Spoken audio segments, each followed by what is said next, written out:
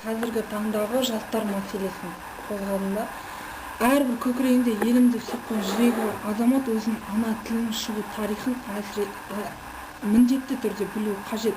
Өзінің тілінің қандай бай екенін, өзінің тілінің бұрыннан келе жатқанын, қазіргі таңдағы осы дамып жатқанын білмесе, білмеймін, қазір ол тілдер дамымас еді. Мысалы, өзіміздің қазақ тілі осындай қазіргі таңға жетіп отқанына қуануымыз керек. Өйткені бұрын ерте дәуірден бастап 6000-нан аса тіл өмір сүрген. 6000-нан аса тілде адам сөйлеген.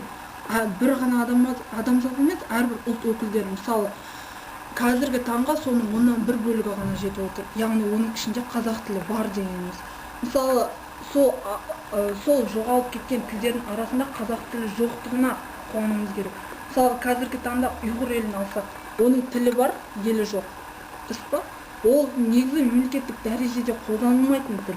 Мысалы, ол ұйғыр тілін мысалы өз халқы сыйлайды. Сыйлағаннан кейін ол тілді тастамайды, сөйлейді. Мысалы, біздің өзіміздің көп ұлттық қазақ мемлекетінде ұйғырлар өмір сүрсе де, олардың ішінде бар қазақ тілін білмейтіні, өзінің қазақ тілін менсінбей сөйлемейтіндері де бар. Сол себепті де біз қазақ елін дамыта алмаймыз. Мысалы, қарапайым Америка халқын алатын болсақ, ол өз тілін бірінші дәрежеге қояды. Сол себепті оқу орындары, мектеп орындары бәрі ағылшын тілінде жүргізіледі. Ол өз тілін ешқашан екінші дәрежеге қоймайды. Біз сияқты бір мемлекеттік тіл қазақ тілі, ресми қағаздар орыс тілі деген ол мемлекетте де жоқ. Сол себепті байырғы елде өз тілін құрметтеген үшін, құрметтегеннің арқасында жемісі не бүкіл ел ағылшын тілін біледі. Ағылшынды құрметтейді. Мысалы, өзіміздің қарапайым қазақ елінде де ағылшын тілі енді 3-ші орында тұр. 3-ші орын демесек те, қазіргі таңда 1-ші орынға жылжып келе жатқан тіл ғой ағылшын тілі. Мысалы, Болат ағамыз айтқандай, жаңағы Қазақстан Республикасының президенті өзінің университетін ағылшын тілде ашқанынан да қарауымыз болады.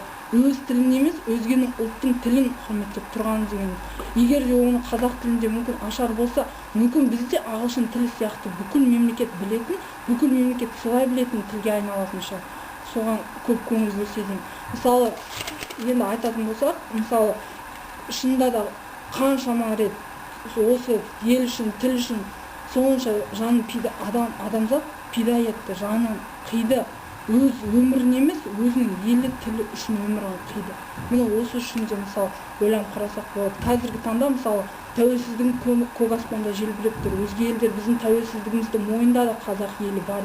Сол қазақ тәуелсіздікті желбіреп, тәуелсіздік таңы атқан кезде өз тілімізді дәрежесін төмендетудің қажеті жоқ деп ойлаймын. Мысалы, осылайда, мысалы, егер мектептерде мысалы қазақ тілі туралы үйірмелер болатын болса, қазақ тарихының қалай шыққаны, тілінің қандай бай екені болатын болса, мысалы біледі деп ойлаймын мұндайды ше. Қазіргі таңда ондай бірақ жетіспейді мектептерде. Ондай мәселелер ұйымдар жетіспейді.